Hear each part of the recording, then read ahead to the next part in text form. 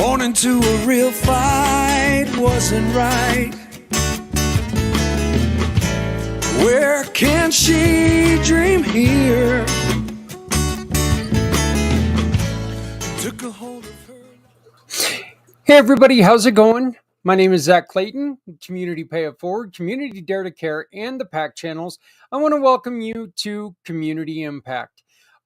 We've got, as you can see around me, a little bit of a new look going.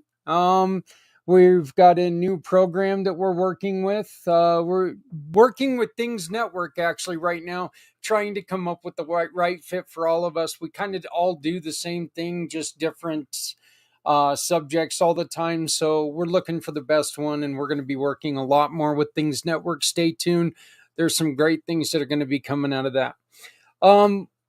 Fun show today because we are going to be a little bit all over the board, but the great thing about it is it all comes back to one thing, and that's all coming together. Okay? Podcasting for all coming together, IMpACT channel, IMpACT. And we're making an impact, and that's what we're here to do.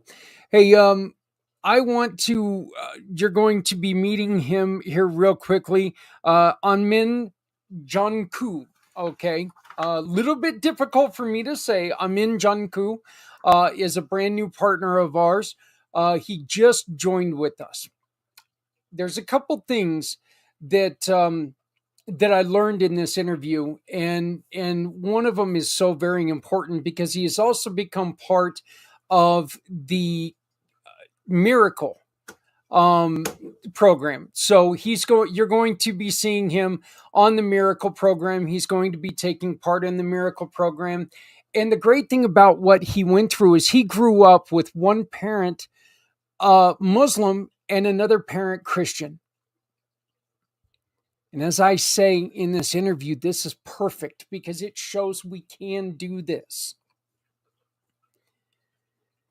Let's be honest here. Muslim and Christian, that's not exactly like saying, well, I'm Buddhist and you're Christian. These are two religions that historically have not seen eye to eye.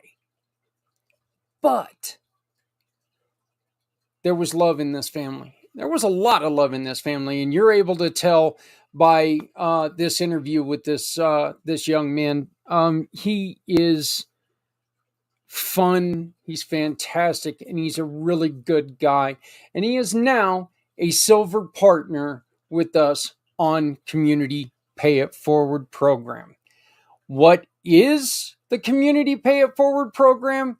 We run a little thing called Shop, Click, and Pick. It's all about shopping with our partners, and then you pick where money's going to go.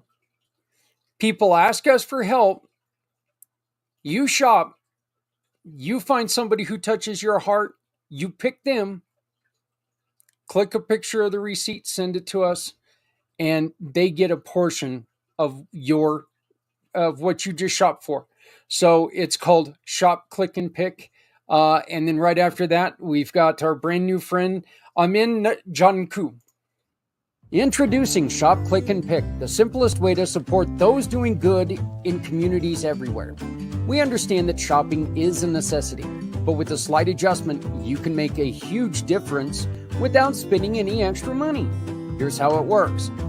Please visit communitypayitforward.us and navigate to the Find Your Partners tab. Introducing Shop, Click, and Pick, the simplest way to support those doing good in communities everywhere. We understand that shopping is a necessity, but with a slight adjustment, you can make a huge difference without spending any extra money. Here's how it works. Please visit communitypayitforward.us and navigate to the Find Your Partners tab. Discover our verified giving partners, which are trusted allies ready to meet your needs. Shop with any of the partners that resonate with you. Click a picture of the receipt or invoice, then pick the mission partner you wish to support and use their QR code to send the receipt directly to us. After that, all you have to do is sit back and enjoy your purchases, knowing that you've made a meaningful Hey, everybody, we're here with a brand new silver partner, and we could not be more excited than to welcome our friend Amin Njonkou. How are you doing today? And welcome to the family. I'm doing very good. We are getting a little bit cold here Yep. up here. It's fall. The colors are beautiful, but I'm doing good. I'm doing good. What You about yourself? Yeah, we're doing good. It's actually it warmed up to 56. We dropped into the 30s. Of course, that's Fahrenheit, but we dropped into the 30s last night, so it was Probably bit sitting at 37 to 40 right now. yeah. It was a bit chilly. It was a bit chilly when I let the dogs out this morning, but that's just meaning that we're coming to the end of another year, Yep. which means something very, very important to you and what you do. Um, I would like to ask you first, today has special meaning for you in your business. Can you tell us what you do and what today is?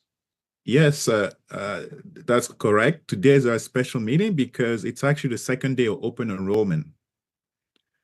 We all know about open enrollment is that 2 month of the year where people can actually start shopping around for a new health insurance coverage for the next 12 months. That doesn't really affect what I do. The open enrollment doesn't affect, but it's a good timing where people are more, I would say, open to actually listen, and then they open their eyes for the next 12 months and see what could be done for in terms of health coverage. So basically what I do, I work with a non-for-profit organization based out of Florida, and we do health sharing.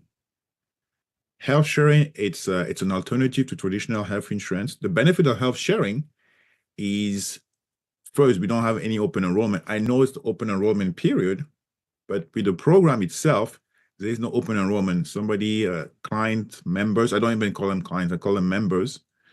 They join our program, and today, which is October 16th, and they get coverage starting on the next month, November 1st, and then that's all throughout the year. So somebody could come in at February 14th on Valentine's Day and then get cover starting on March 1st. So that's the benefit.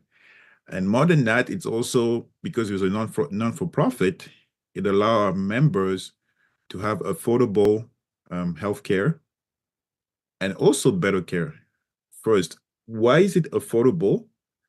It's non-for-profit. So all the money collected, all the premium paid from a member would go towards paying their medical bills. That's the only motive, paying medical bills. You might agree with me that right now the healthcare system in the U.S. It's broken. Healthcare is number one reason why people get bankrupt, and then it shouldn't. And then that'll fall probably into how I got into this, and it started almost 20 years ago. Wow, it's already 20 years ago. I used to be a registered nurse, and I worked in the field. I was a young registered nurse, full of energy, worked in a neurosurgery unit. So people would come in, usually for brain tumors, from epilepsy, from, spine injuries, uh, all that. So TBIs, say again? yeah, TBIs, TBIs, yeah, accidents. Yep. accident. So I saw people come in and slowly they would, you slowly would get worse and worse, and then you could see the emotional toll, the physical toll, definitely the medical toll, but also the financial toll. When you spend days and days in the hospital, you might be when you leave, if you do leave, you might be in shock when you get that medical bill. So I worked there for a couple of years, and I was just it was just not for me at that time. The mental toll, the emotional toll was a lot on me. Yeah.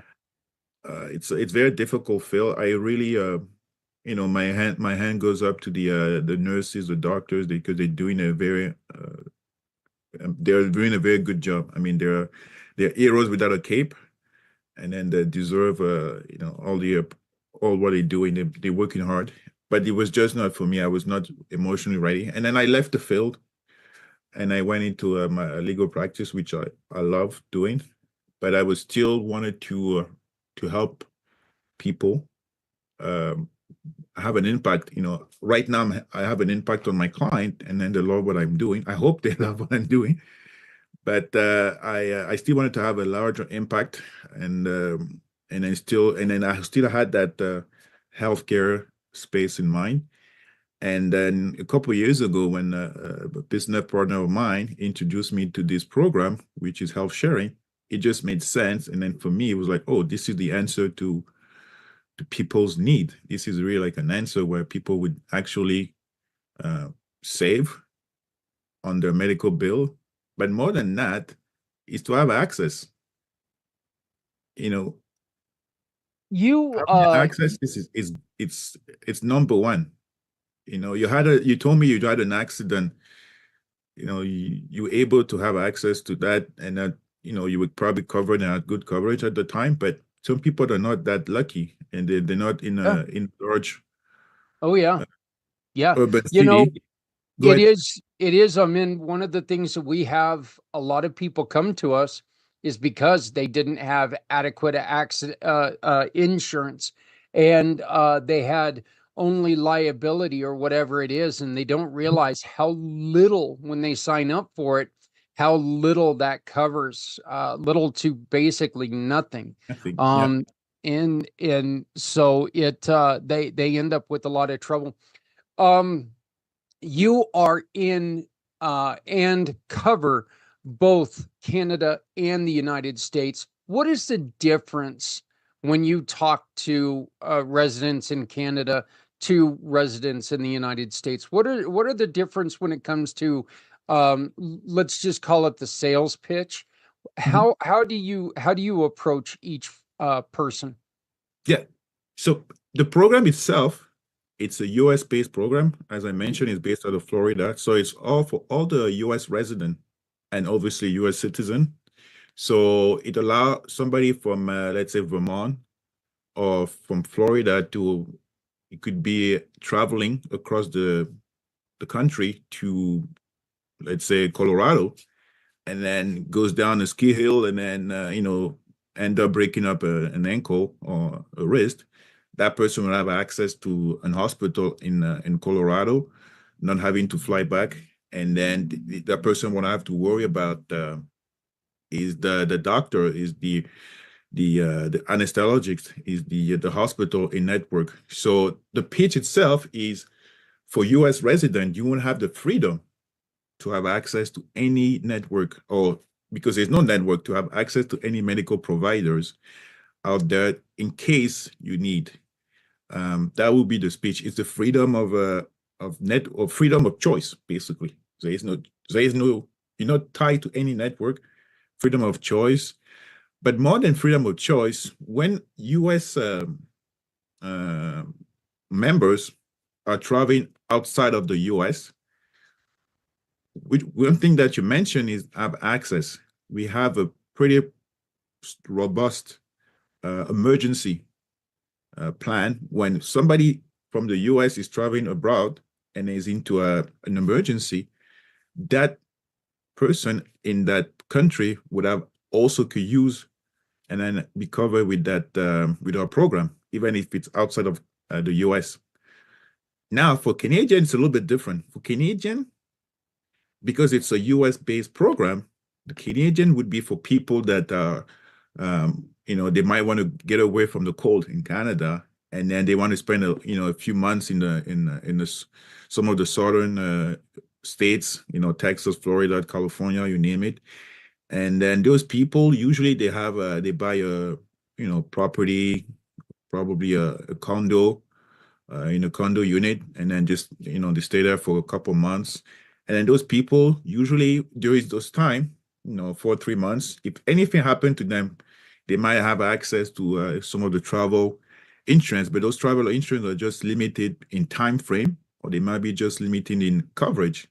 With our program, it's a comprehensive program. So you need in hospital care, you need at a hospital, you need any medical provider, you would have access to them. For Canadians, a little bit different. For Canadians, I would ask them, first, do you have a passport to be able to travel to the US? Second, do you have a US bank account?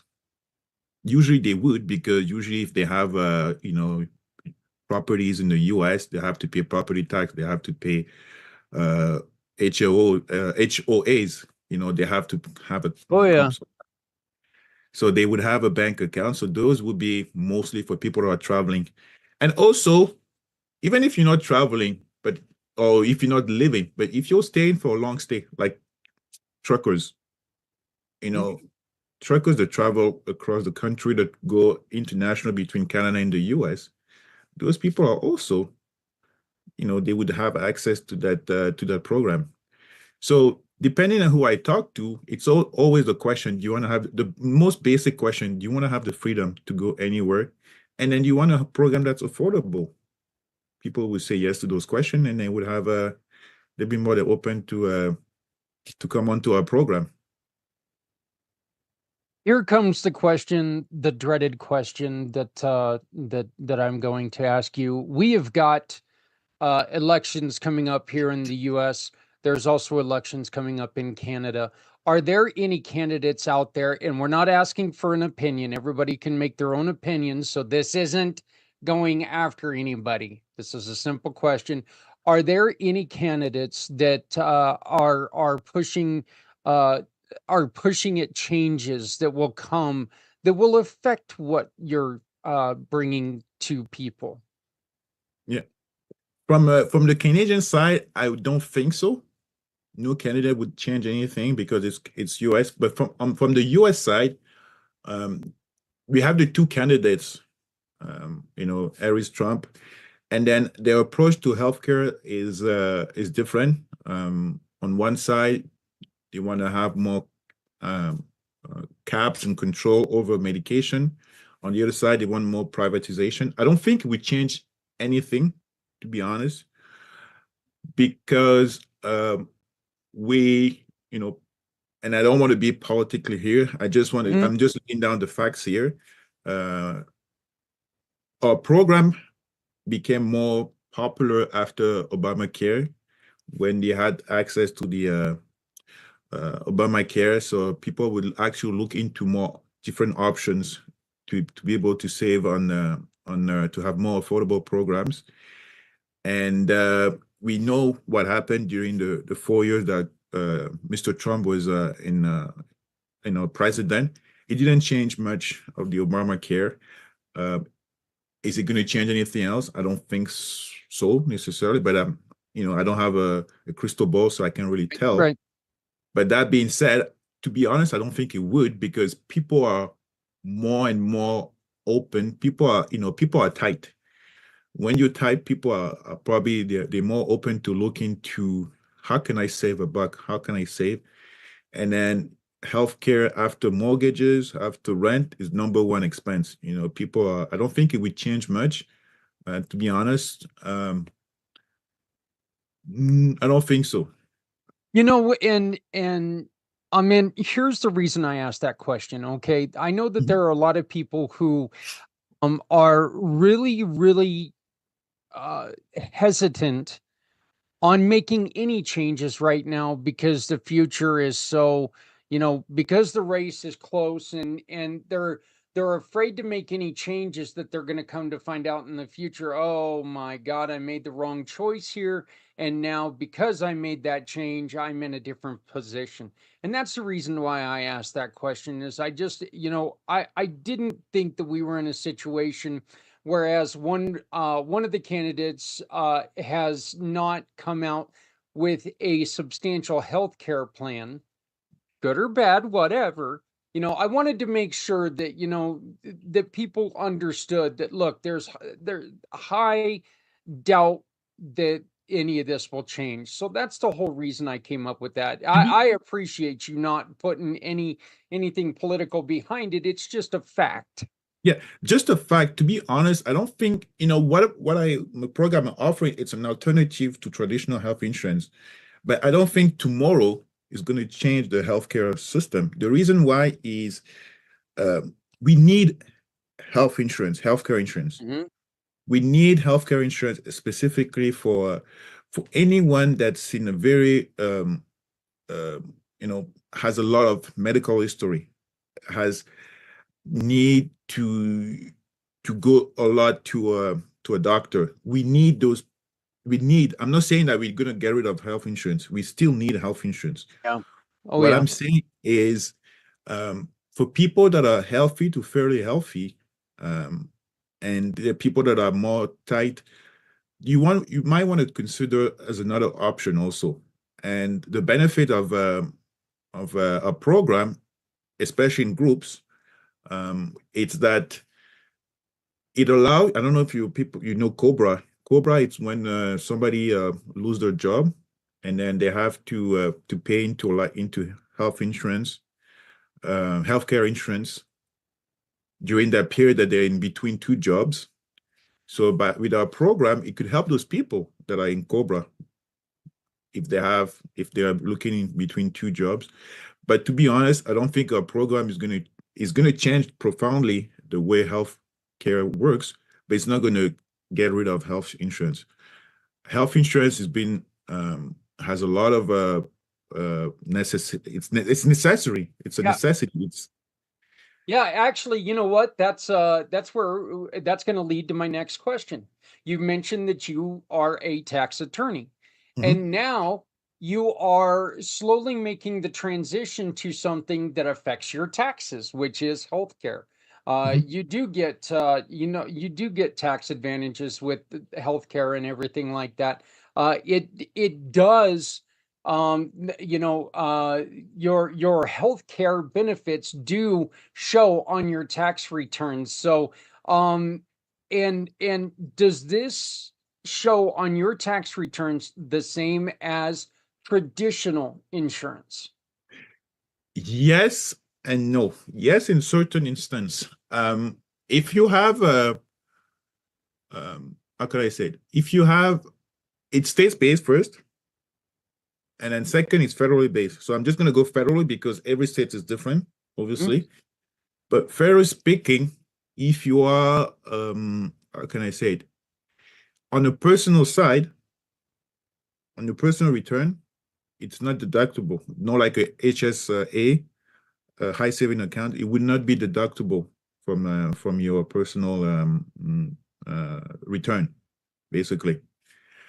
On the however, if it's a group, when I mean a group, it could be a corporation, it could be a LLC, it could be C Corp. any Yeah. a C corp, any type of organization that provide health benefit. Not only a healthcare, it could be a health benefit, it could be how do you call it? It could be any type of group benefit, 401ks, retirement benefit. When the employer, sorry, makes a contribution towards your premium, that will be deductible for the corporation and the employer. So in that sense, on a personal level, basically on a personal level, no, it would not. But on the corporate level, where you have your employer providing the benefit to the employees, it would be a deduction that could use it towards reducing their taxes. Okay, but if you do not have insurance, you do get penalized, correct? Yes, So, but in certain states, this will keep you from being penalized. yes. In one of my client that was actually based in California. California is one of the states that would penalize you if you don't have any type of health I coverage. believe Colorado is too. With Colorado, yeah. So in that case, we confirm that with the local accountant that health sharing, like our program, would not be penalized. Okay. It's considered like insurance. It's not insurance, but it would not be penalized. So it's a great alternative to health insurance, and then you still get the perks and not be penalized on the state level. I mean, you let's talk a little bit about you. You obviously don't sound like a regular Montreal resident, and you have an accent that's a little heavier than most Vermontians. Yes. So, can you tell us where is your lineage from? Where did you migrate from? I Immigrate. I was born and raised, partially raised in France. So I So speak. you do have the Montreal in you. Yeah, I do have the Montreal in me, yes, and I did live in Montreal, and I still have my mom is in Montreal actually, Yeah. and so I do speak French fluently. I learned English late in life. When I moved to actually before I go there, I was born in France, raised in Cameroon. It's a Central African country. Probably people know Nigeria. I'm Mm. next to Nigeria. It's actually east of Nigeria. And I learned English at a late age because I was raised in Cameroon, then raised in France, spoke a lot of French, sorry. And I moved to, my parents at one point decided to move to Canada. That's where when I moved to Canada, I realized that in Canada, I was in Montreal, which is a French-speaking city, sorry. And I realized I'm surrounded by English-speaking people. I must learn English. So what I did, I went to Alberta and I spent 2.5 years there, and that's where I picked up English. That's where I still have that French accent, but not that strong. And I still don't have that. People, when they speak French or even English, they probably wonder where my accent comes from because I don't have the strong French accent. I don't have the strong African accent. I don't have the US accent. I have a mixed accent, basically. Well, you know what? Here's the important question: are you a Canadians fan? Yes, Oh, yes. I we all know, I can't be know, I know. perfect. We all can't be perfect, okay? But So I'm guessing you are the Colorado. I am not. I'm actually a New Jersey Devils fan.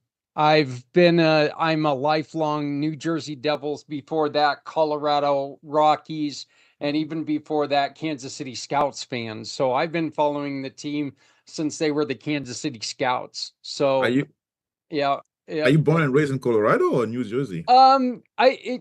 My history is a little bit weird. I was born in New Jersey, went to Germany for the first 3 years of my life, lived in Colorado, Kansas, and now I've been back in Colorado for 20, 30. Oh my God.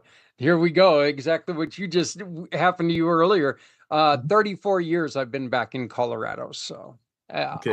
I've lived the majority of my life here in Colorado, but yeah, Yeah. so you're you've been around a lot of places. Did that have anything to do with your faith? Were there a lot of like You- missionary reasons, or was there anything to do with the faith with a lot of the travel? The road travel has nothing to do with my faith, but has to do with my motives or my volunteering work that I've done. And I'll explain why. First, I'll start with my faith. Amin is an Arabic name. The reason it was Arabic name because my dad was Muslim. I say was because he passed 9 years ago, and rest in peace. And my mom was a Christian. She was a Christian, so I grew up in both faiths. And eventually, as I grew up and I became an adult, I decided to give my life to the Lord and Savior Jesus, because I was just in a place where I was able to compare the two religion, and I felt more connected with the Christian faith, and that helped. And also, probably the travel also because I lived in Cameroon. Cameroon is basically 50-50, so Muslim, Christian. I grew up in the two faith, Muslim and Christian. France was most obviously more Christian, French, and Canada also more Christian, but it has nothing to do necessarily with my faith. It's just I married a wonderful wife, and she was a God-fearing woman. She brings a lot of peace to my. I'm born in May, so I'm a Taurus. I'm very goal-oriented. strong. She brings a lot of peace and calm, and she helped me with my walk towards Christ, and then that's where I found my peace, and that's where my faith come. She helped me a lot to be grounded and be peaceful. You know, my wife is pretty much the exact same thing. She brings me a lot of peace and calm as long as I agree with what she says. If not, she's redneck and she'll make me Yes, agree to what yeah, she says. So yes, yes, she'll boss. allow me to be peaceful as long as I'm doing what I'm told to do. So Yes, yes. but hey, I mean, was And there any, yeah, please. then I wanted to add something about my travel. I said something about my travel. My travel helped me a lot for what I love to do outside of what I'm doing, which is helping people through legal advice or helping with healthcare. I love helping kids. I came from a family of 6. I'm the number 4. I have 3 older sisters, 1 younger brother, 1 younger sister. I'm number 4. So I always love being around kids. And then everything I've done, every type of volunteering work was always around kids. Either being a big brother to a big brother, big sister program, either, raising money for hungry kids that want to play hockey, kids that can, kids that can afford 3 meals a day. So it was always around kids. And finally, the Lord gave me 2 boys at a late age, but there's no age to be a parent, to be a dad. And those 2 boys are very, very wonderful. I love them, and everything I do, it's always surrounded around kids.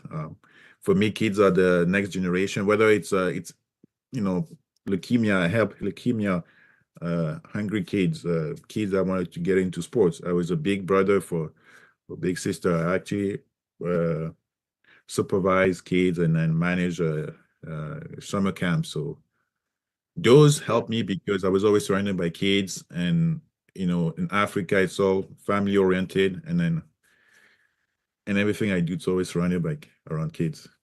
I mean, you also, along with joining the Community Pay It Forward family, you're also a sponsor of the Miracle. And, this is just from me to you. I think that you are so perfect for what we're doing in a Miracle, because your parents did something that, and you have the experience in something that a lot of people don't think can happen. There was that religious divide in the household, and you were held together. You obviously are a well-adjusted individual. You're a wonderful, wonderful person trying to help people. See, and that's one of the reasons why I'm doing a Miracle, is to show people that we don't have to be the same to be the same. We the kids out there, caring for kids is so important. Making sure that they have a chance, that way they have a chance. Making sure that there are options out there. So I am so excited about what you're going to bring to the Miracle. I think that coming from both sides, the Muslim side, the Christian side, your faith and your history, I think it's going to be wonderful, because you can show people that, look, this is possible. And I appreciate that so very much, and I think that we're going to have a lot of fun with that. Thank you for introducing me to this program. And then I'm looking forward to participating. I'm looking forward to see how I can bring my input, and then bring the fact that I travel. I actually lived in 3 different continents also, and then I was able to be exposed to so many different ethnicity. And then I hope that, from what I understand, the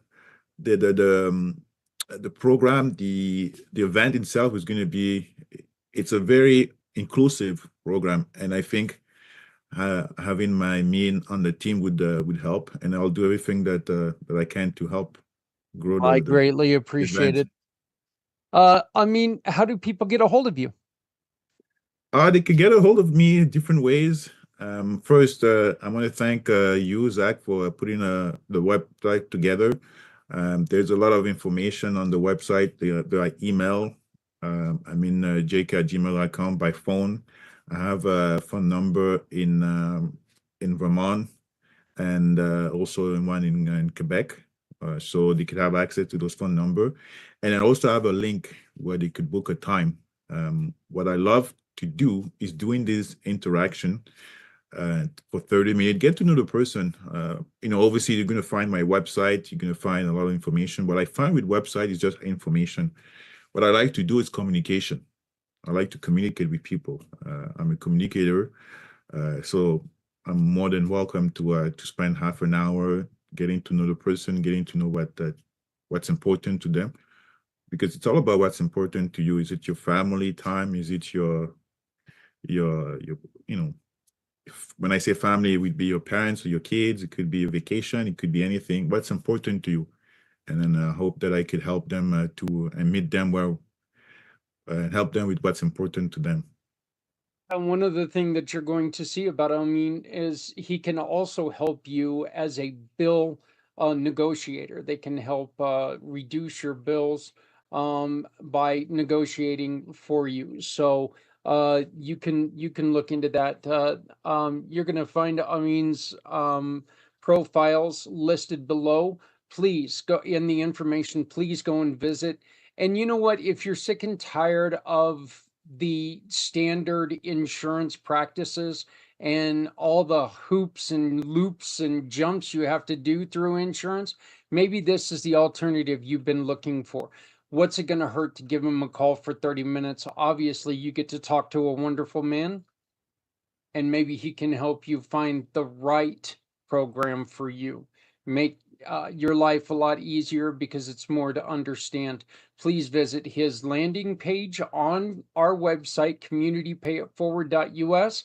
Just type in up top, Amin, and it's going to pop up. You can go visit his page, and there's a place that you click, and it's going to take you right to his calendar so you can set up an appointment with him. Yeah. Amin, my friend, welcome to the team once again. Welcome to the family. And thank you so very much. Well, Zach, I want to thank you for having me on the team. Thank you for introducing me to the team. Thank you for taking the time to share the community, taking the time with me, because over the last couple of weeks, I was traveling, busy, and then you allowed me to do to give me the time, and I appreciate, and I'll help grow the community as much as I can also. We truly do believe, I tried to make sure that every time that I contacted you, my first concern was with your family. I know that you ended up having a sick young one, and that's more important to me than all the other things. But making sure that we're there for someone else's sick little one is so important to me and yourself. And you've already said that. So I am so happy to have you on board. I appreciate, and then you definitely appreciate you checking on my little one, which is sometimes driving me crazy now, but he's doing fine. Hey, you know what? They don't stop, buddy. I've got one that's 30 years old and one that just turned 22. So yeah, they don't stop driving you crazy, but you know what? You never look at them without a smile on your face, knowing that everything good about you is standing in front of you. So I love Yes. my boys so much. My kids are, it's the greatest thing I've ever done. So, it's a wonderful journey you've started, even though it was a little bit later. It's never late. It's in God's timing. That'll work. It'll work. So, all right.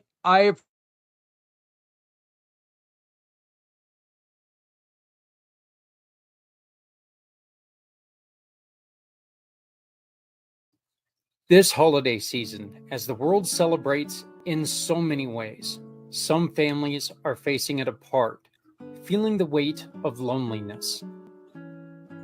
At a miracle of a community that cares, we are creating a space where everyone, regardless of faith or background, can share in the joy of this wonderful season. Join Santa and leaders from all walks of life for stories, special shout outs, and heartfelt messages from loved ones near and far. Children are taking the lead with art and fun, helping us bring the gift of books to children everywhere. Children in hospitals, children to families of all faiths, and to fortify traditions of families. This season, let's come together as a global community, one that cares, one that gives, and one that embraces all cultures, part of the miracle. Join us from December 24th to December 26th, and let's make this season unforgettable for everyone. That is coming up right around the corner. I mean, we are just, well, look at your calendar. You know, it's just right around the corner. I mean, there's no other way to say it. December is almost here. If you want to find out more about the miracle, you can go to this QR code right here, and you can become part of the QR code. Speaking of the QR code, and I probably should have planned this a little bit better, so please give me a second as I'm going to just kind of announce this right now before I've even really studied it.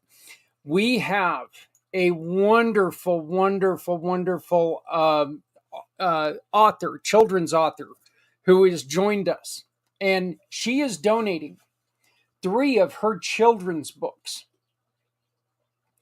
and a virtual author visit. Okay, here's what we're going to do. You can get these 3 books. Okay.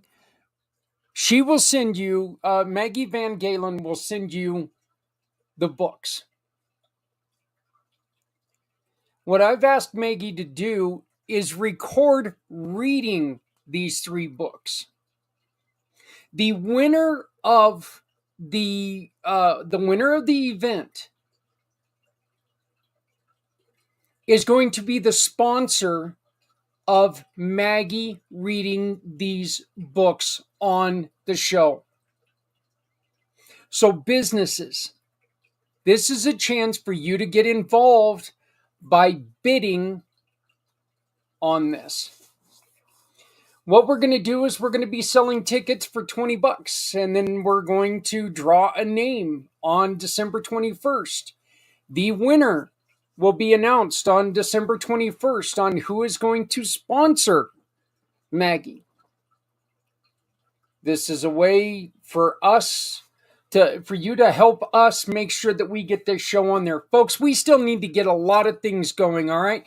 It looks like we've got our wonderful studio figured out. It looks like we're going to be going with this program and be able to run our show from this program, because so far we haven't had a lot of issues since the first show.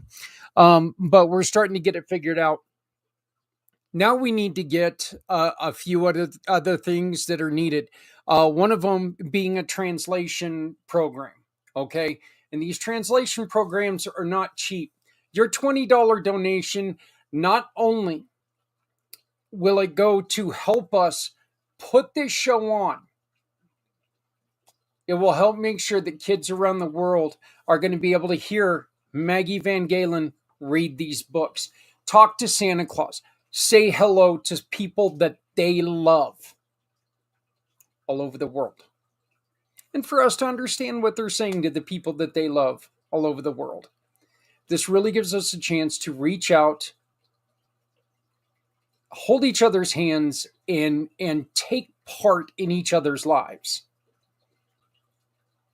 The miracle is something brand new. Something brand new, but something that can be very, very, very important.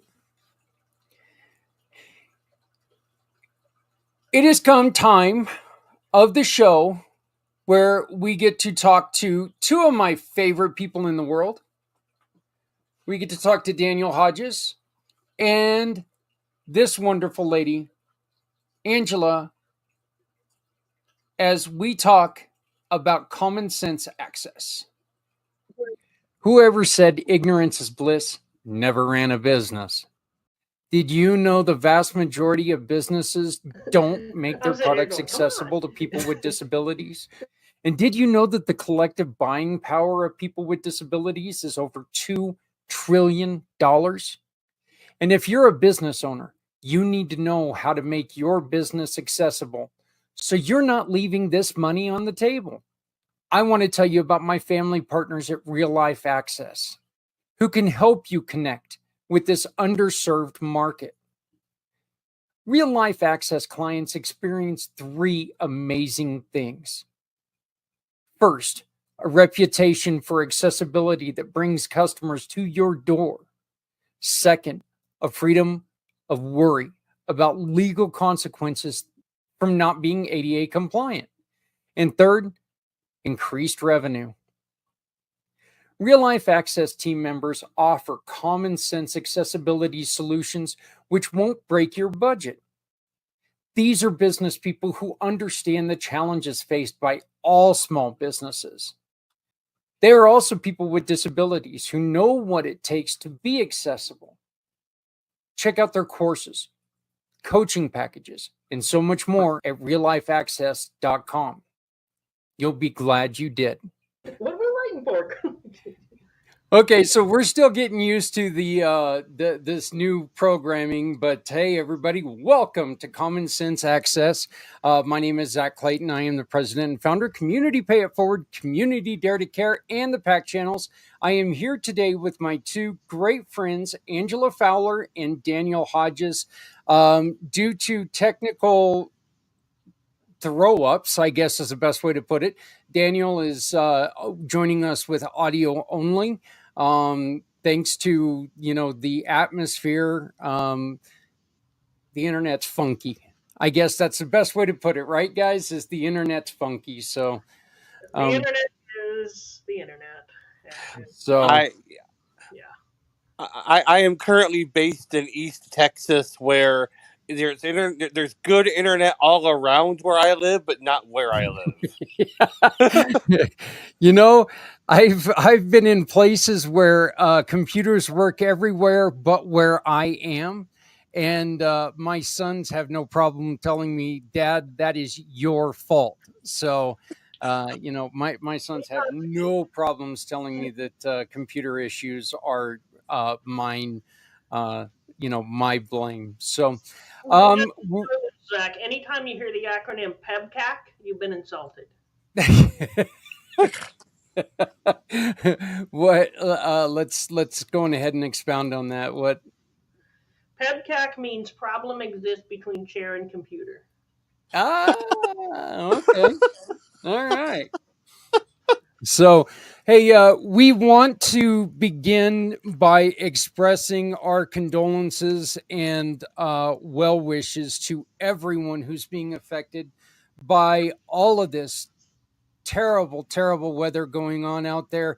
And Community Pay It Forward and Pieces of Me and Real Life Access wants you to know that if there's anything that we can do, please reach out to any of us or all of us, and we will do whatever we can to help you out. We are here to help everyone.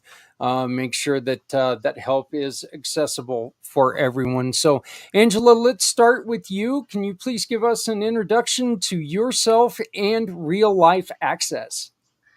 I would, and before I jump into that, I just want to second what Zach says. When you're sitting out in California or wherever we are, it's hard to truly appreciate the devastation going on elsewhere. But I've listened to a few people describe it, and it's a terrible thing. So our thoughts and prayers and all that good stuff, and thoughts and prayers are never enough. But at any rate, I'm Angela Fowler. I'm the founder and CEO and everything else of real life access, and we basically, we teach people how to make things accessible. One human being at a time. We teach accessibility one human being at a time, and that's really the only way to do it. One company at a time, one human being at a time. Angela, when we do programs like our upcoming Miracle program, the one thing that we always tell people is, we're trying to help that first person because you can't help the second one until you help the first. Is that kind of the way that you see it with real life access? If I can teach one small business how to become accessible, that small business is going to be a role model for other small businesses. That's a It really, wonderful. yeah, it really is about the human connection. It's about showing people why it is so important for things to be accessible. The advocacy movement, I love you guys. I really do. But the advocacy, you guys sometimes have a messaging problem. Because what happens is the advocacy movement talks about the law, and they talk about discrimination, and they give you the message that if you're not accessible, you're discriminating against people with disabilities. And I think we need to stop using that type of we just need to stop. Just stop. Because nobody's out there trying to discriminate. Nobody wakes up and goes, how can I make the blind girl's life miserable today? I know what. I just won't put an alt tag on that image. I'll And just I'll just whip up a bunch of JavaScript and we don't need to bother with ARIA. Heck with those screen reader. Nobody's saying that. Come on. Nobody's saying that.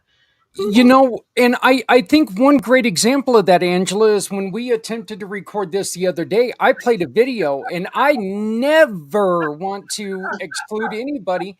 And I realized when I went to go play this video, I looked at your face. First off, I was confusing the hell out of you because you didn't know what I was doing. And second off, I was playing a video with no narration.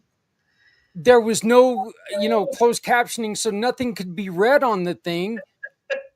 It was just pretty music is all you were hearing. And it's not, I would never try to do something to exclude anybody.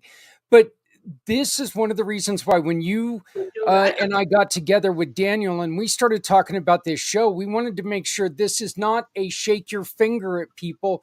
This is a, hey, this is what we can do together to make it, make it accessible for everyone. And thank you for falling on the sword, Zach, because you didn't have to. But Zach, if you know Zach, you know that the last thing that he wants to do is make life difficult for anybody. But we don't.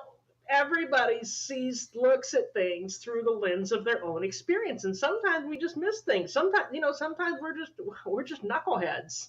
You know, myself included. So it's about education. It's about maybe maybe a knuckle tap on somebody on the head and go, "Hey, goober," but you do it with love and you do it with a smile. Right. You don't go, "You're discriminating against black." No, it's no discriminating. Stop it. Yeah. There is enough shaming. There's enough anger and enough pointing the fingers at people right now. We don't need to do that anymore. Also joining us is the founder of a wonderful organization, a really good friend of mine for pretty much a year now, I think, Daniel Hodges, co-founder of Pieces of Me. How are you doing, my friend? I'm doing okay. How about yourself? Doing good. Can Yeah, you give me tell us a little bit about Pieces of Me and what is your association, because I know you and Angela work really closely together with each other's organizations. So Pieces of Me is an organization that my cousin Christy and I started back in 2019. We are working to erase the stigma surrounding disability and chronic illness. Really what that means is we're trying to transform society's understanding of what disability means and the opportunities that come from opening the doors of inclusion in a thoughtful and meaningful way. So when we get rid of some of these misconceptions that are out there, when we raise consciousness, hopefully we can also provide some tools that take people from being aware to actually being in a position where they can help us be part of the solution. So, that's what I do in my nonprofit work. And my for-profit work, I consult with Angela for Real Life Access. On any given day, she'll either tell you I'm one of her right-paying people or her biggest pain in the backside. Take your pick. And sometimes both at the same time. I would probably say oftentimes both at the same time. And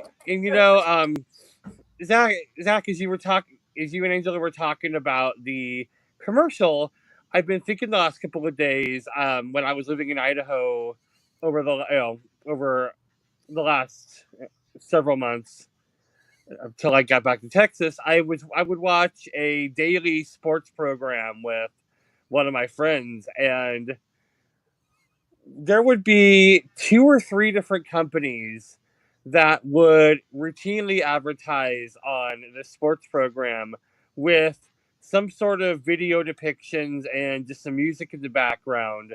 And I finally, months into this regular daily broadcast, looked at my friend and said, "What the heck is this commercial advertising?" And he's like, "You know what? I never realized. Yeah, I guess there really isn't any way for you to know what they're advertising. One was advertising ice cream, the other was advertising an airline, and there was no way of knowing what was happening in these commercials unless you were sitting there actually looking at the screen." Yet, Daniel, I'll tell you, seeing Angela's face, and Angela, I'm not trying to throw you under the bus or anything here, but seeing Angela's face in the green room backstage, watching her, first off, just being confused because she didn't know what the hell I was doing. And I was trying to make it to where, she could come into focus again. But then seeing that, what is this guy acting like a guy who spins discs? First off, no, because I don't listen to classical music. That's our buddy Z who does that, my brother Z. Of course. But so it would have been metal if I was playing music, and then I probably would have seen Angela with other faces. You would definitely have seen me with other faces. That would not have. You do that, and I'm going to be I'm going to be spinning up some Hank and Merle and all them guys just because. Okay, so one of these days, Zach and I are going to have an episode about the best hard rock and heavy metal bands. You got it. We'll do that. So yeah, you guys do that. You guys do that. Okay, let's we again would like to welcome everybody to Common Sense Access, and our episode today is going to be talking about how do we define accessibility based on 3 categories. Angela, you're going to start this one out, correct? I'm going to start this one out. The 3 categories. So there's 3 categories of accessibility. Now, when you think of accessibility, and I'm gonna challenge everybody.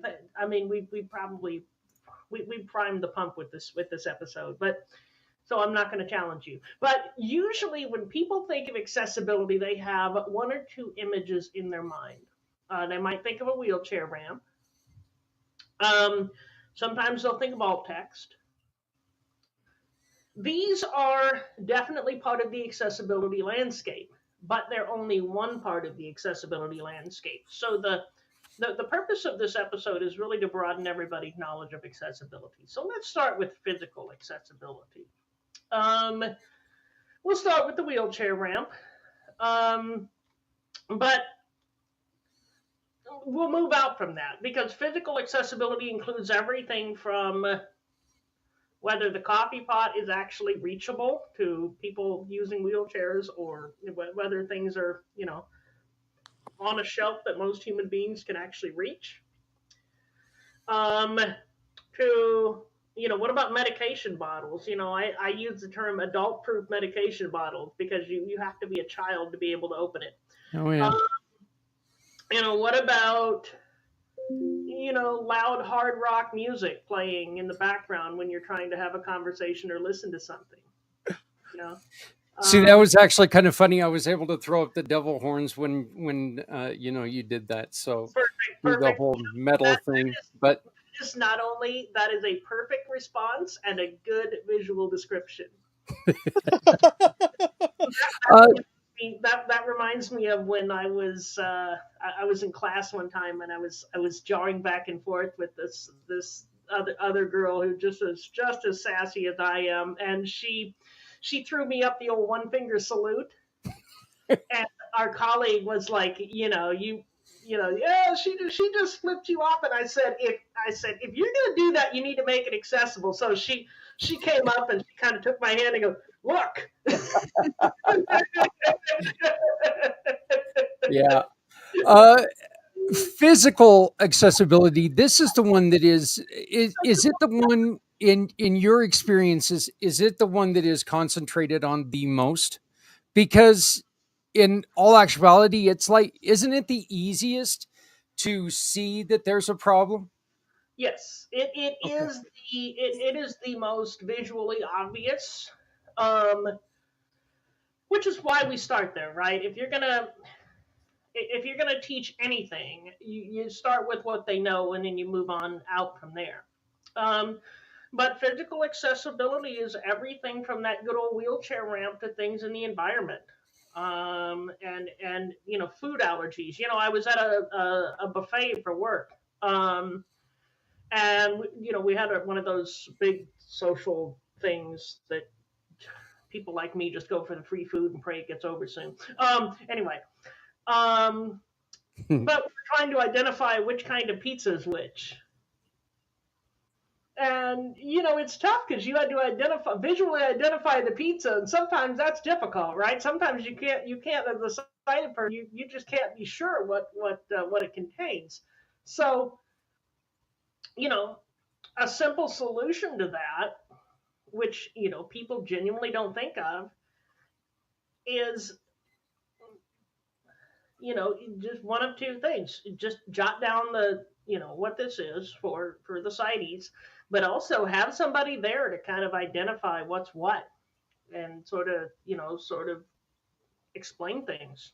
um, Now sometimes that's more practical than others, but there are such simple solutions to make things more physically accessible that people just simply don't think of. You know, Yeah. so Dan, do you have anything on physical accessibility? I'm running off at the mouth this morning. No, I mean, like you said, it's not just the tangible things that we always think of, but things like aromas or other allergens, lights, sound, everything that is material in some sense. Yep, everything that can be touched and moved through. So let's move on to digital accessibility. And we've already been talking about digital accessibility, right? Um, Digital accessibility is everything that comes to us electronically. Um, so I'm going to start with advertising. I never start with advertising, but we already talked about advertising. So am I buying ice cream or an airline ticket?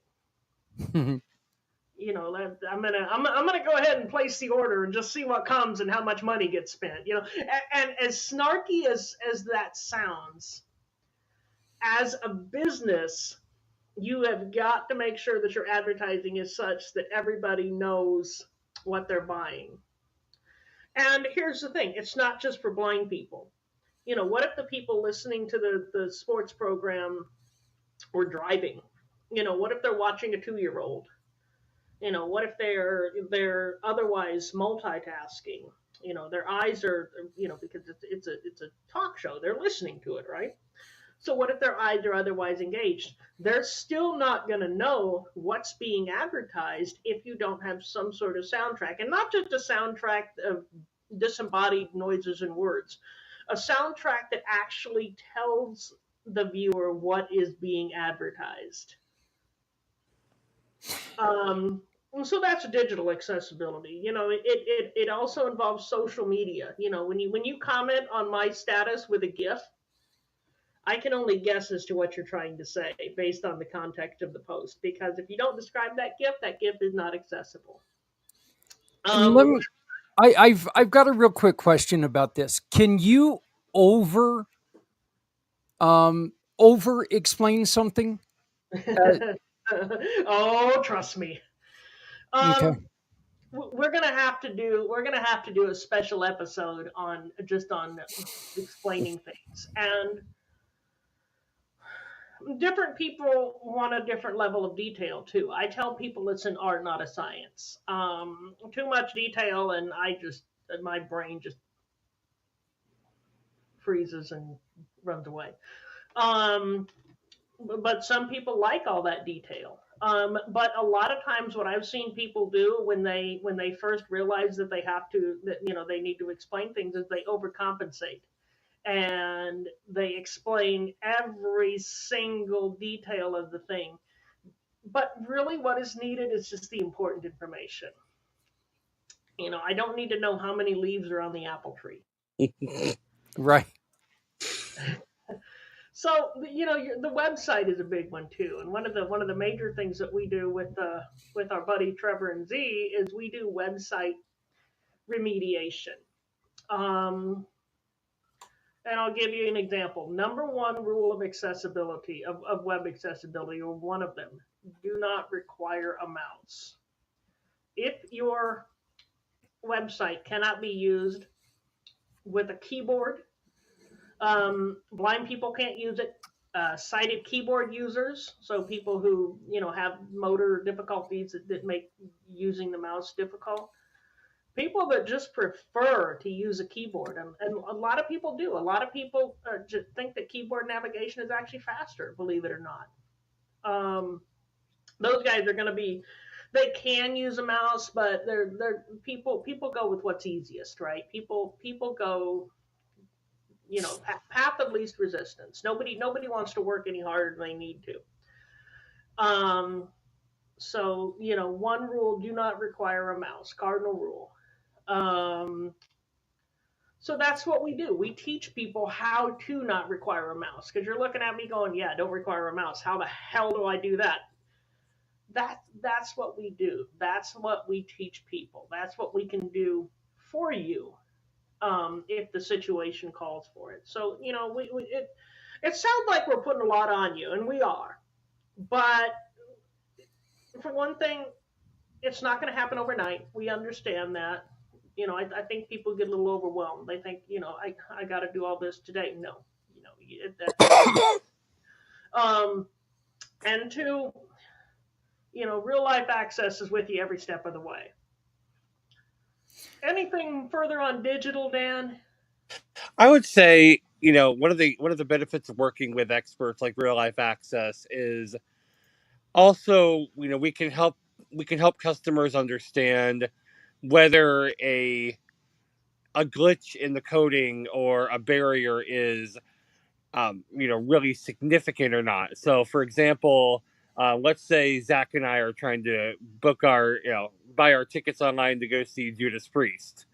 And, there's a real difference between whether you run into an image on the ticket screen that is, maybe it's a picture of the band and it's not properly labeled. That can be, slightly inconvenient, but it's not a huge deal. Versus if something is broken in the code that won't allow us to select our seats, or, causes me to not be able to, put in my credit card information properly. You could have everything else absolutely perfect on there, but for that one thing. But that one thing could prevent me from completing the purchase. So it's not just about the number of accessibility errors that are going to be present, because there's always going to be something. It's like with a house, there's always something you could go and tweak. But is the problem something that is cosmetic, or is the problem something that needs immediate redress? Otherwise, you won't be able to proceed. Exactly. And let me talk a little bit about payment processors, because most people, well, pretty much everybody uses some sort of third-party payment processor. So if that's you and you're sitting there going, "Oh my God, what?" We can do one of two things. We can recommend a more accessible payment processor to switch to, or if you're using third-party software and you feel like you need to use that software, we can actually help you approach that company, and say, "Look, this product that you are selling to your clients is not accessible to people with disabilities, and it's making your clients vulnerable to not only legal liability, but liability in the court of public opinion. So let us help you make your software accessible for the benefit of not only you, but your clients. We can help you have that conversation." Because a lot of people don't want to do it. They don't have time, for one thing, and they don't know how, for another. So that's something that real life access can do. But yeah. Do be cognizant of it. Don't make it hard for me to give you money. Yeah, because then I'll end up giving somebody else the money. Right. Right. One of the things that I learned in this segment about the digital is I've never thought about how important um, navigating with a mouse is. How you need your eyes to do it. You can't just click and point with the mouse, and anywhere. And I had never put the two together again, and so that's one of the things that I really learned in this segment. Yeah, you need your eyes. You need a Hmm. steady hand. Yeah.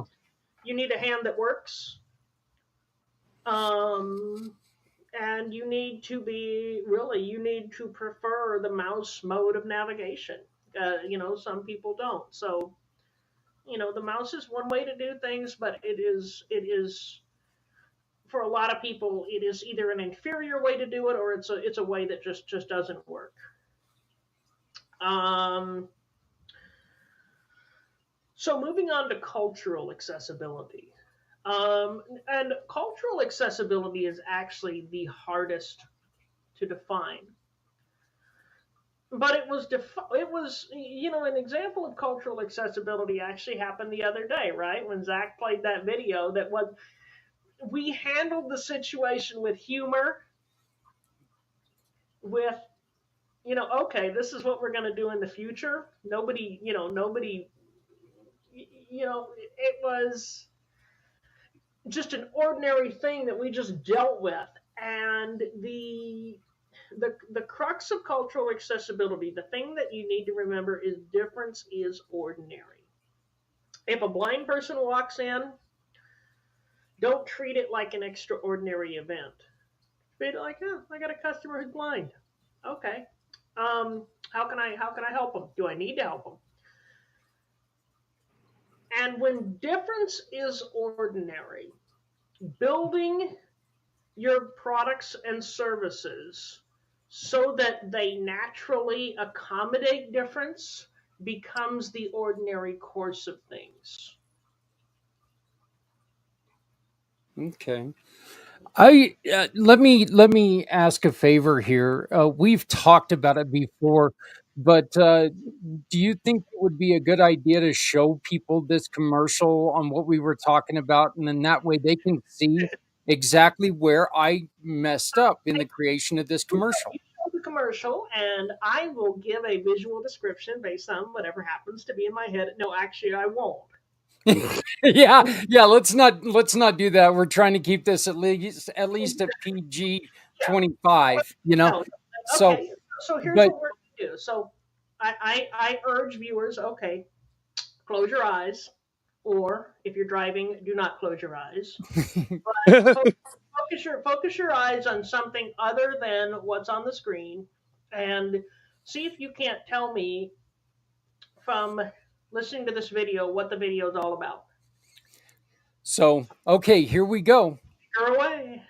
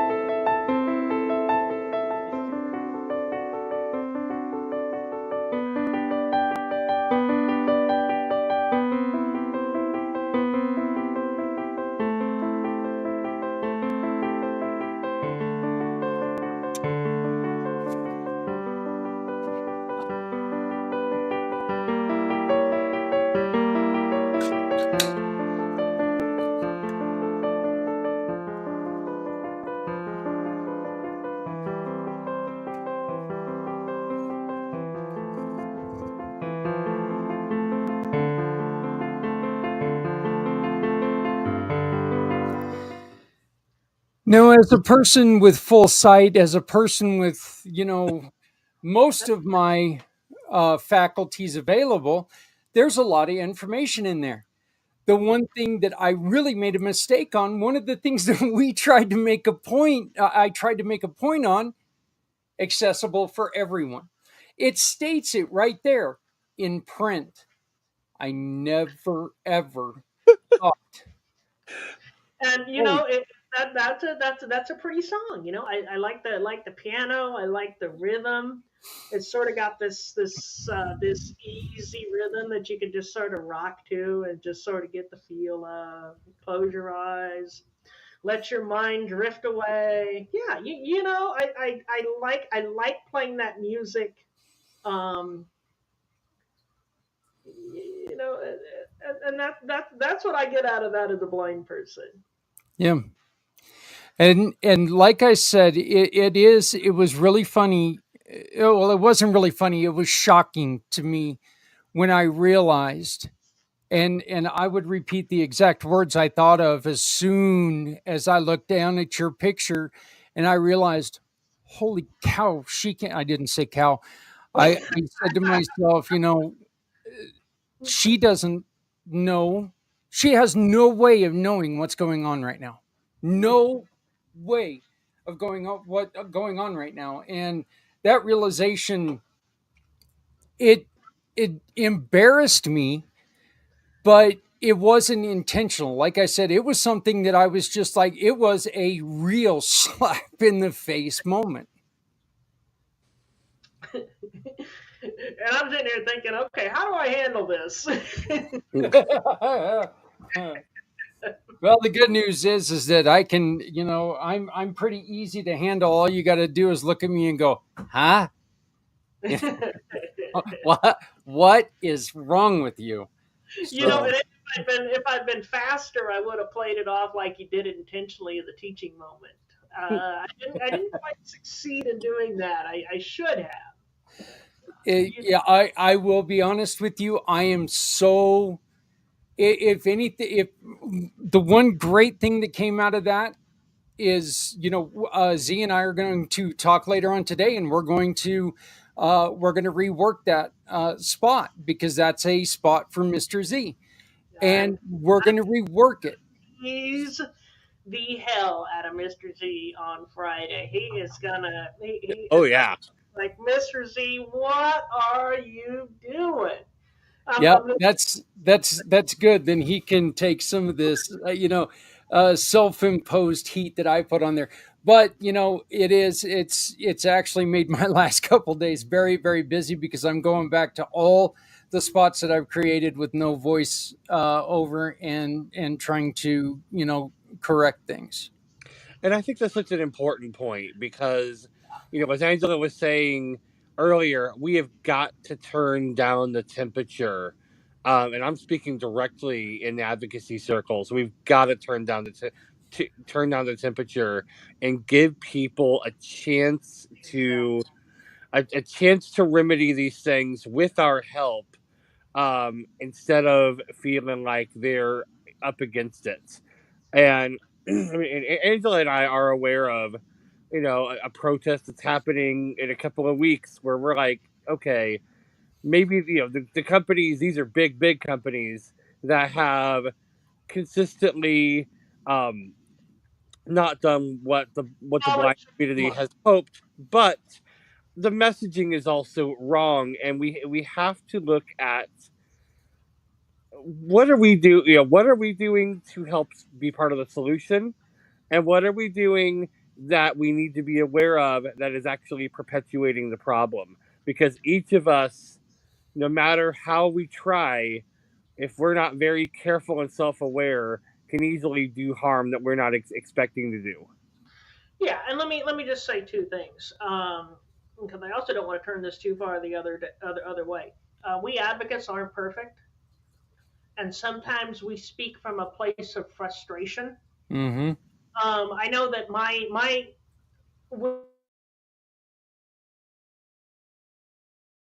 when when it's somebody else's accessibility issue, or if I'm working with a client or I know there's going to be issues, I'm expecting issues, I am a calm, rational, jovial, level-headed, easy to work with, professional woman. When I'm not expecting issues and I just expect to get something done, like right now, I become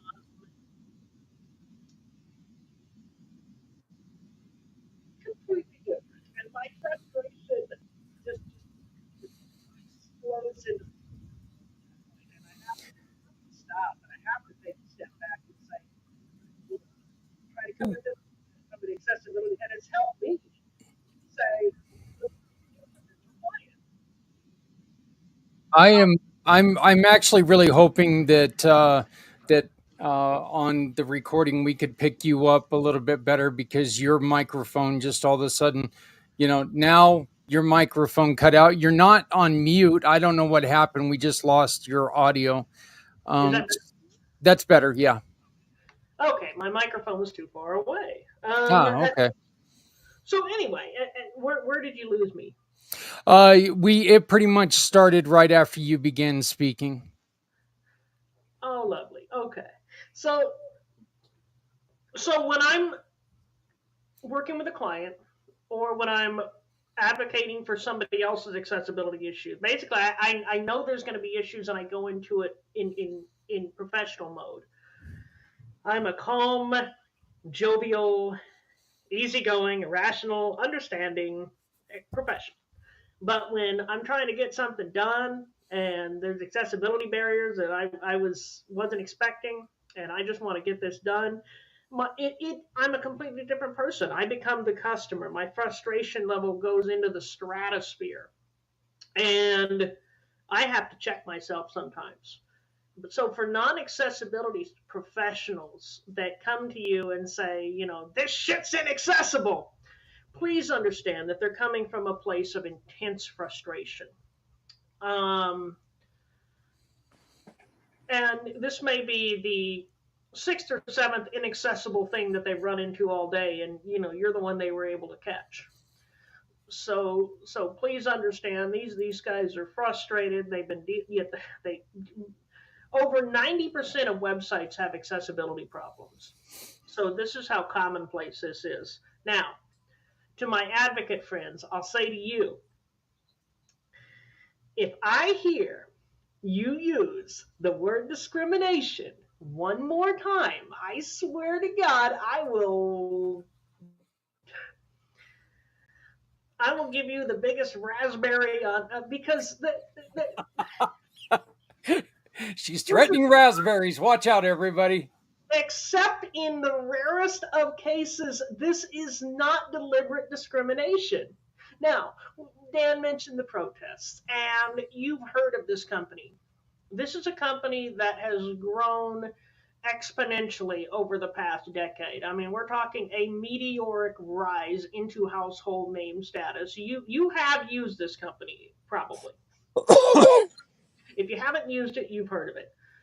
And there's a lot of complicated issues going on. They've grown. I think they have outgrown their ability to provide effective customer service. And I think they've suddenly decided that there's a number of things going on, and I'm not even sure that I've sorted it all out of my own head. But when we go and protest that company, maybe that company deserves it. Maybe they don't. Maybe they deserve it in some ways and not in others. But what message does that send to the small business person that says, "Wow, if you're going to protest that company, maybe I'm next"? First of all, you're not. But second of all, we need to get better at messaging. We need to get better if we're gonna make the world a more accessible place. We need to start meeting people where they are and working with them. I think one of the biggest messages out there, it has to be, look, every day of your life you're learning something new.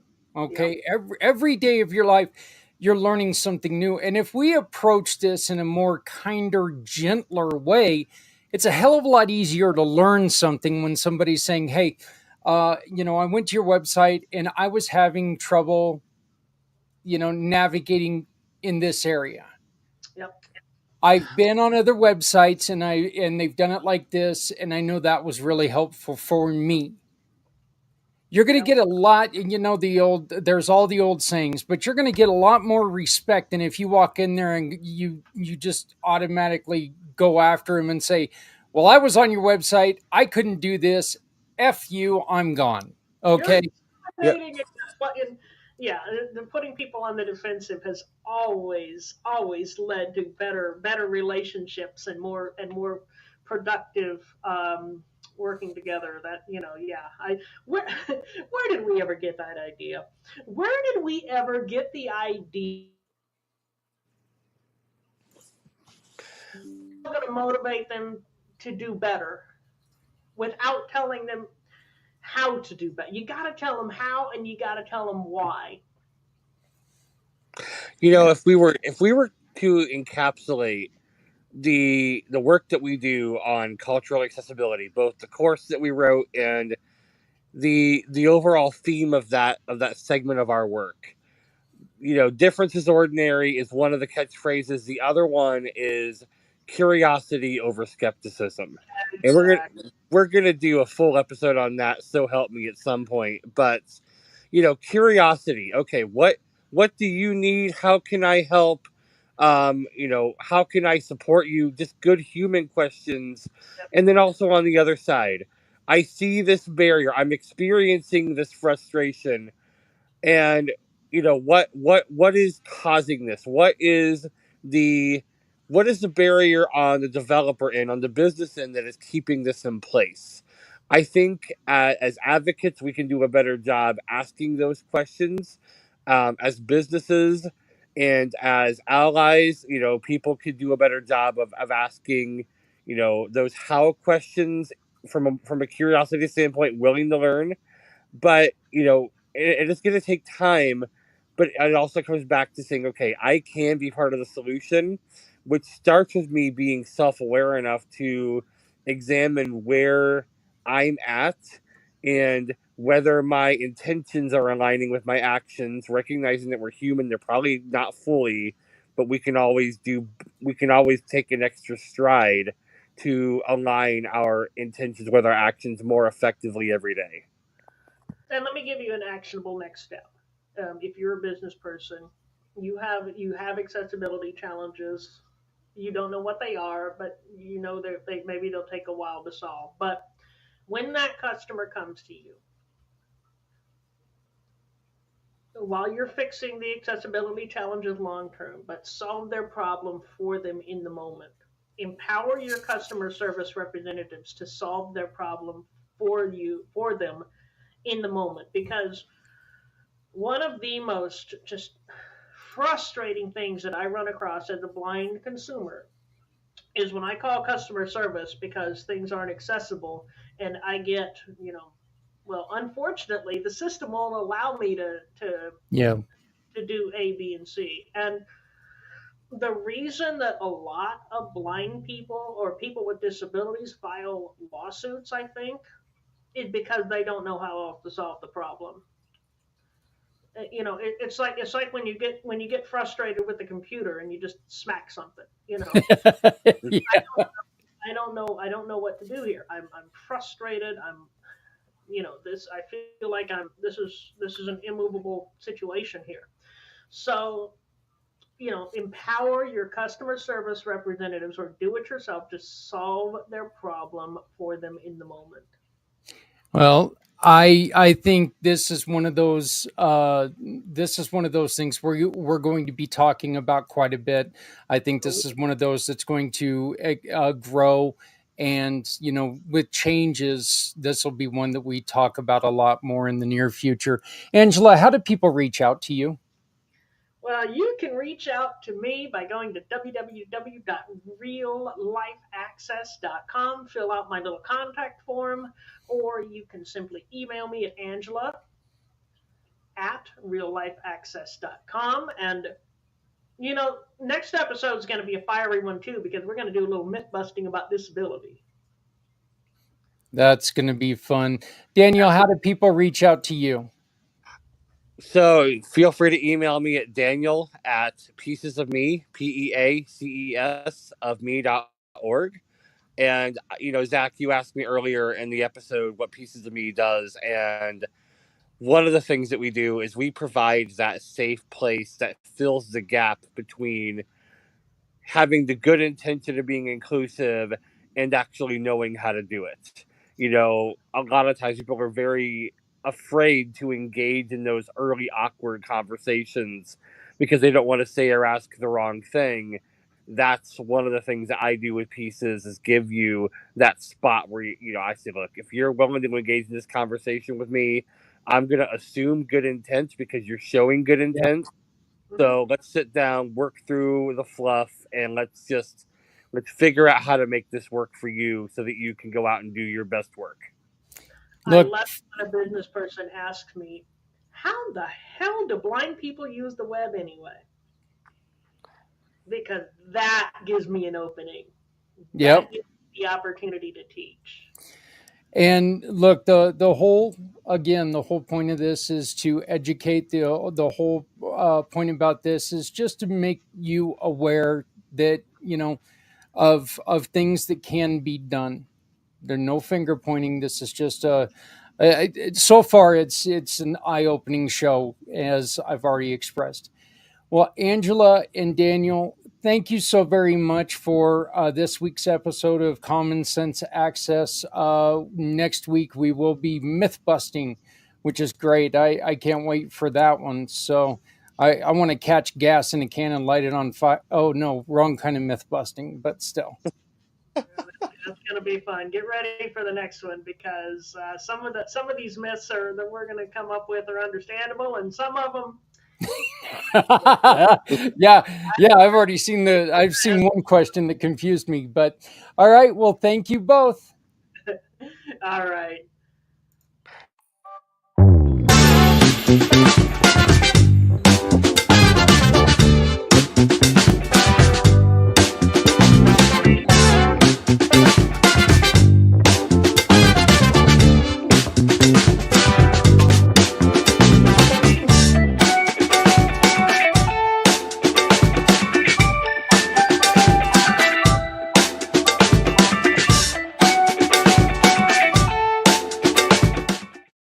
Hey everyone, it's Zach, introducing a special edition to Miracle of a Community That Cares event, where award-winning children's author and community Pay It Forward giving partner Maggie Van Galen is generously donating 3 of her beloved books and 1 hour virtual authors meeting valued at over $175.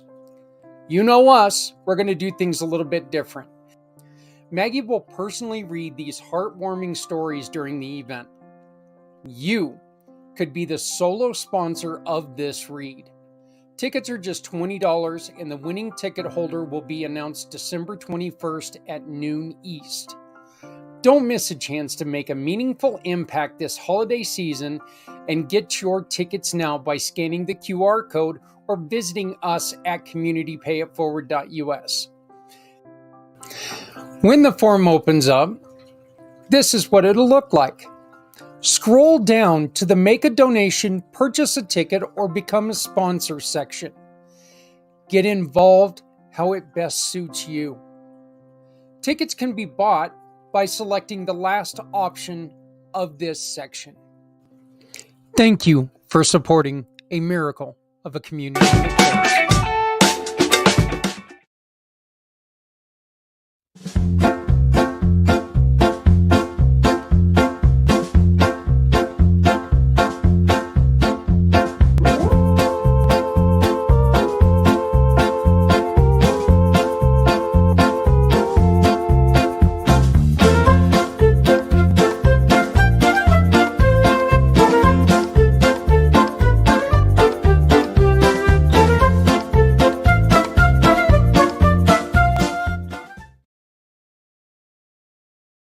That's honestly the best song I've ever made a video to. It really is. That is the coolest damn song. So I enjoy it at least. Hey, I told you guys about we have made a connection with Maggie Van Galen, and she is donating 3 of her books. Plus, and this is the big thing, she's also going to read these books on the Miracle program. Our contest is simply this. We're going to be selling tickets. You make a purchase of a ticket, maybe more than one, whatever. And on December 21st, we are going to draw the winner. And the winner will get the sponsorship of Maggie's hour, where she's going to read these 3 books. So this is, you get to do whatever you want to do with the books. If you want to take and donate them to the hospitals, glorious, fantastic, awesome. If you want to take them, get them for your kids, for people in your area, awesome. But the cool thing is that we can have Maggie read these books live on air. And when she does that, we can tell people at hospitals everywhere, hey, put the kids that you can in front of the computer at this time, because this author is going to read these 3 stories. And the kids can sit there and listen to the author reading the 3 stories, and they're going to see your name as the sponsor. So I am working as we speak right now. As a matter of fact, by the time this plays, I will have I'll have the code that you can go and you can donate. You can make your purchase of your ticket. Your name will go into the drawing. And then on December 21st, we are going to draw for your chance to be the sponsor, the solo sponsor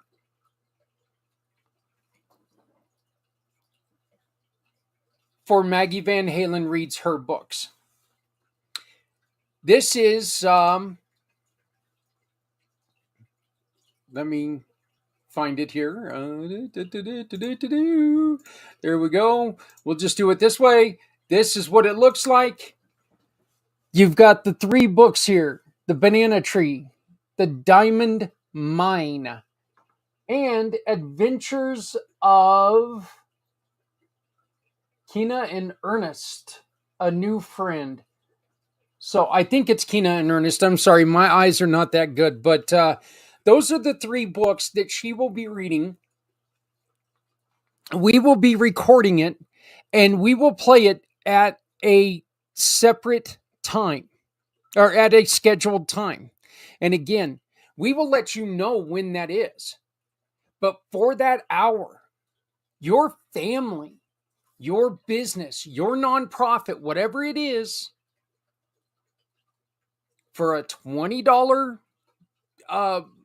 ticket purchase, is going to get 1 hour of the show. It's going to be yours for 1 hour. Your logo is going to pop up in the corner right like that. Right here's our logo. That can be your logo. Okay?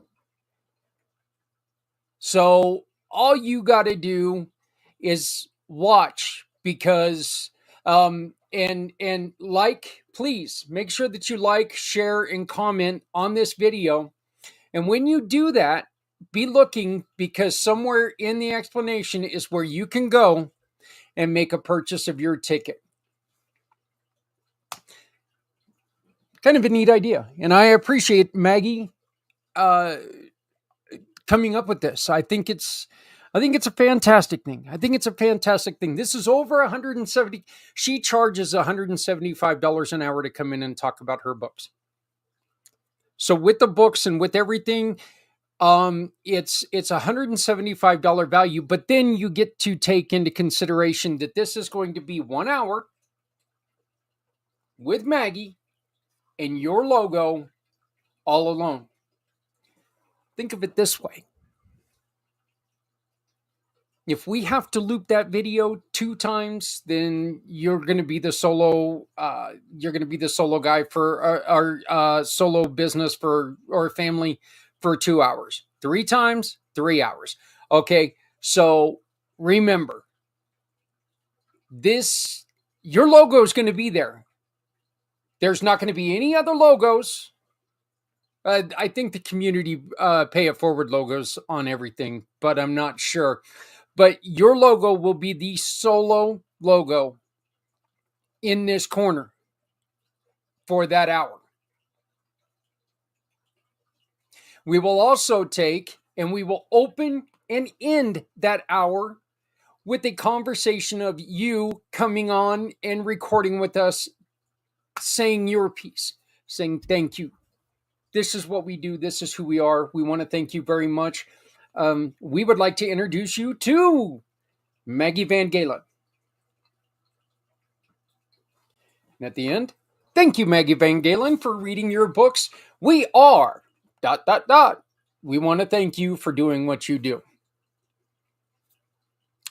$20 a ticket.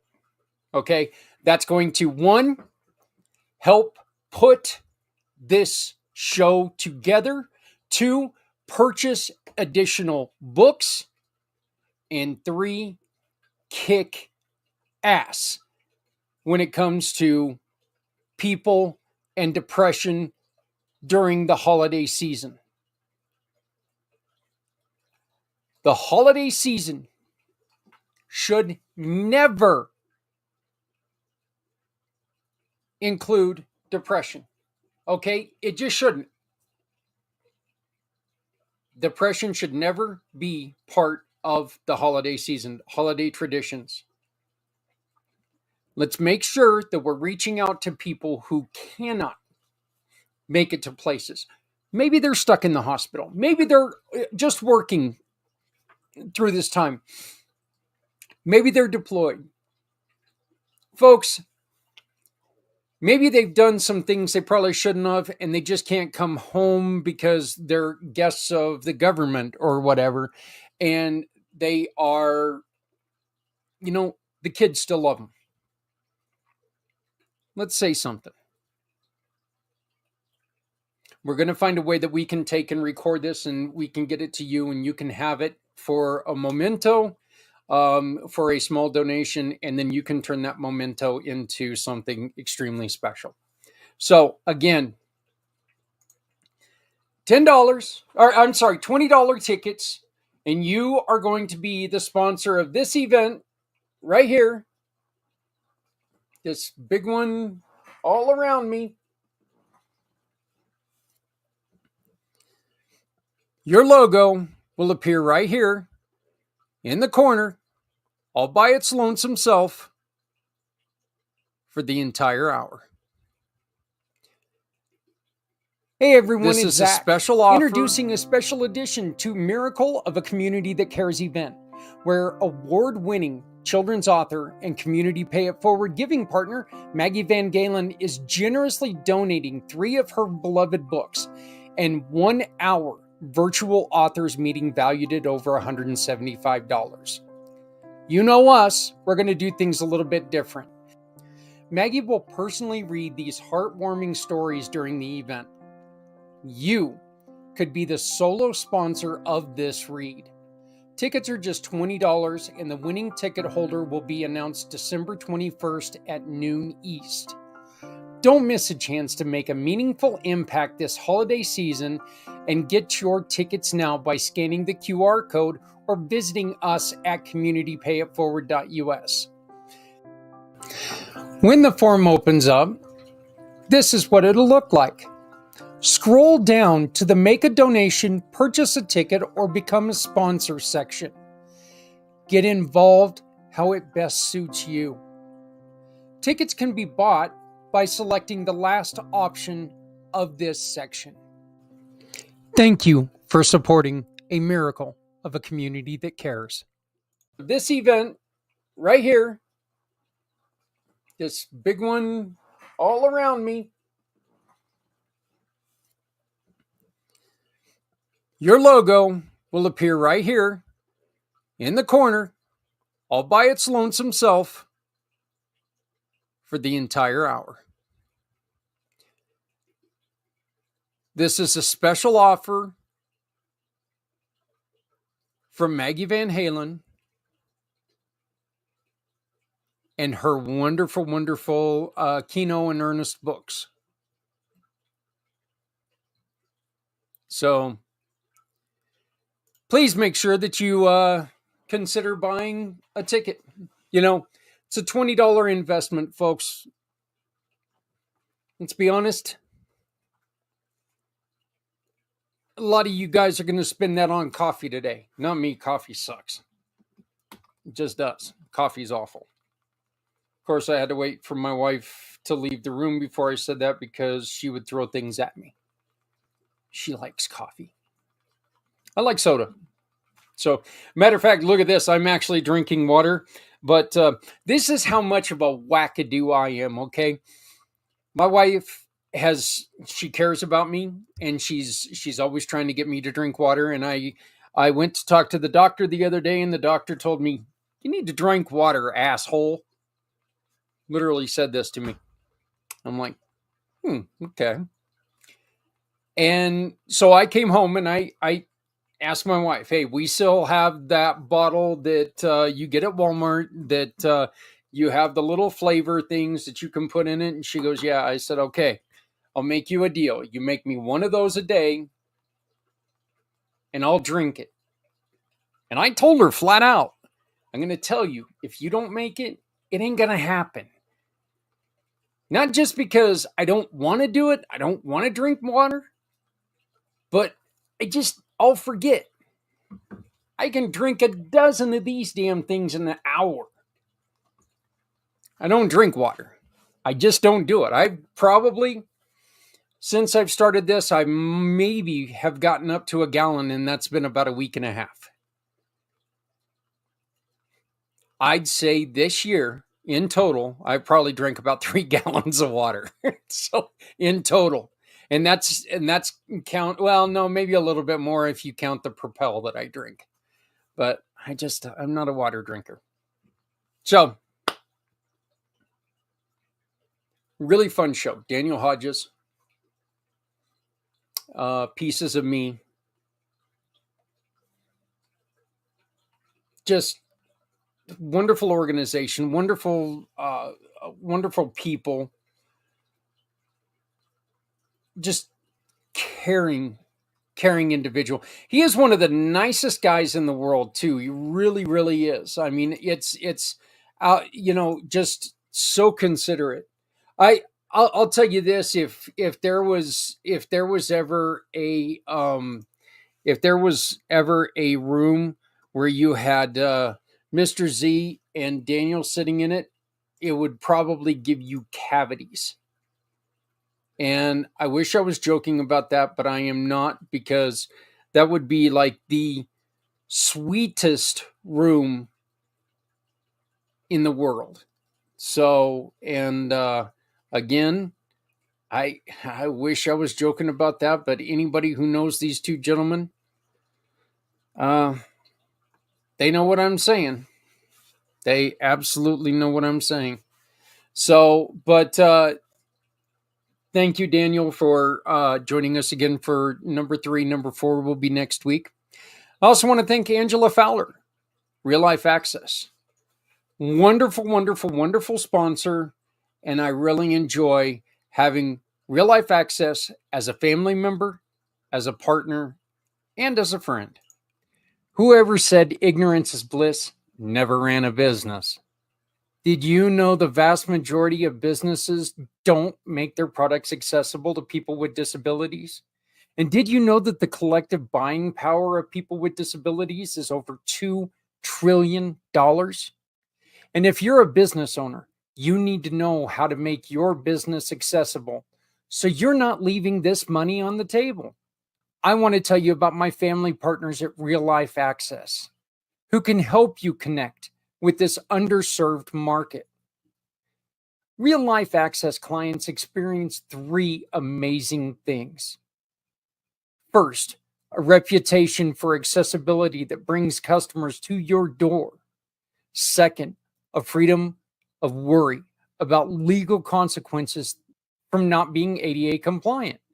And third, increased revenue.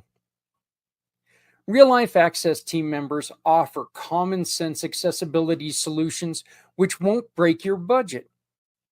These are business people who understand the challenges faced by all small businesses. They are also people with disabilities who know what it takes to be accessible. Check out their courses, coaching packages, and so much more at reallifeaccess.com. You'll be glad you did.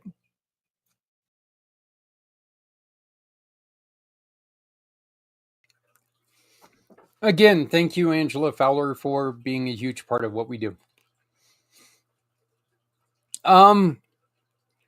That's it, folks. That's it for tonight. I want to thank you all very much. By the way, we're going to incorporate the auction. I'm sorry, not the auction, but we're going to incorporate this contest. Buy your ticket for $20 using this QR code.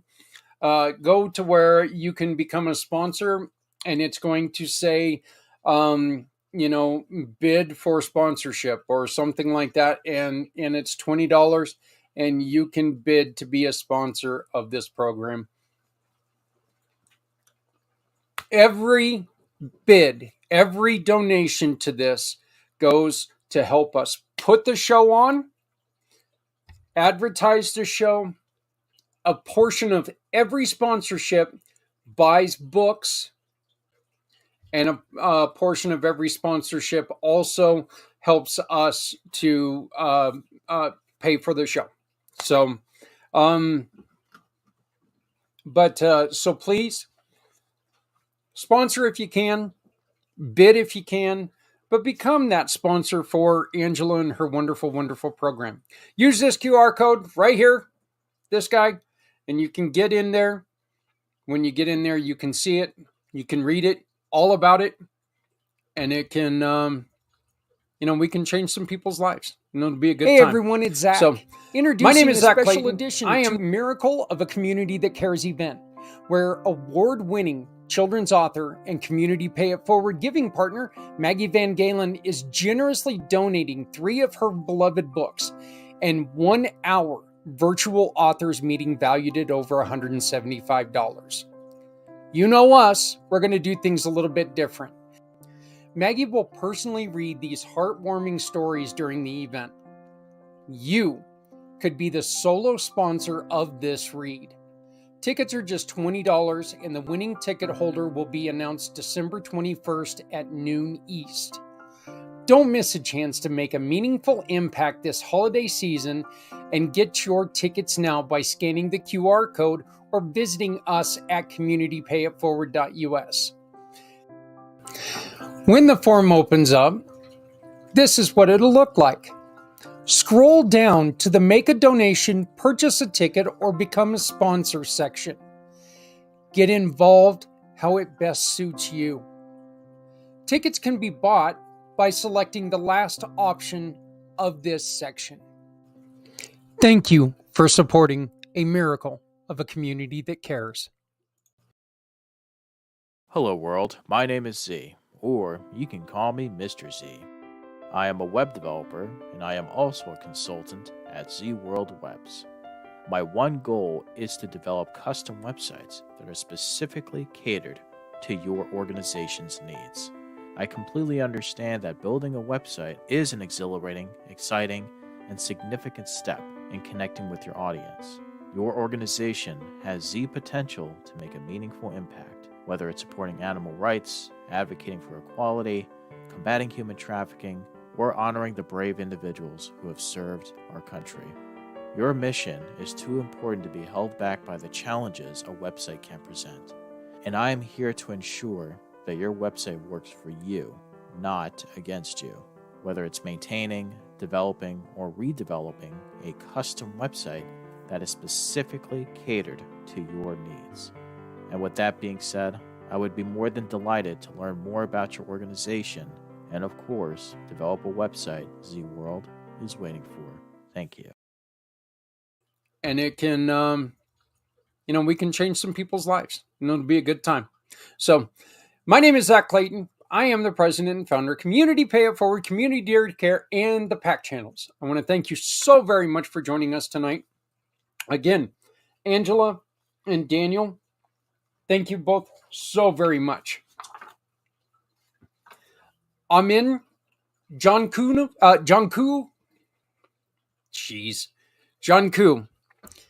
Amin Njonkou.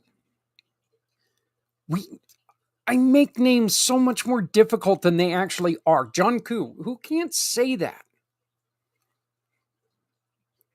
Thank you. His business is Better Healthcare Experience. You can find him by going to communitypayitforward.us and search AMIN Insurance Njonkou Health. Search any of those words and it'll come up with Amin. Talk to the gentleman. He is a good guy. He's genuinely a good guy. He's going to be invaluable to what we're doing because he's going to be able to bring us a little bit from both the Christian and the Muslim side and discuss what we're doing in a way that, not many people have experienced. So it's going to be kind of neat to have him on there. To you, thank you for watching. Thank you for participating.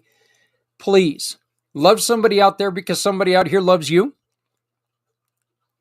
Folks, make sure that you understand that if you're not helping someone, you're hurting everyone. No one has to go it alone when we all come together. I love you. I hope to see you next week, right back here when we bring you episode 4 of Real Life Access. Have a little bit more fun, and we've got a couple more surprises, more talk about the miracle, and so much more. So please join us next week right here on the IMpACT channel, podcasting for all coming together. Good night.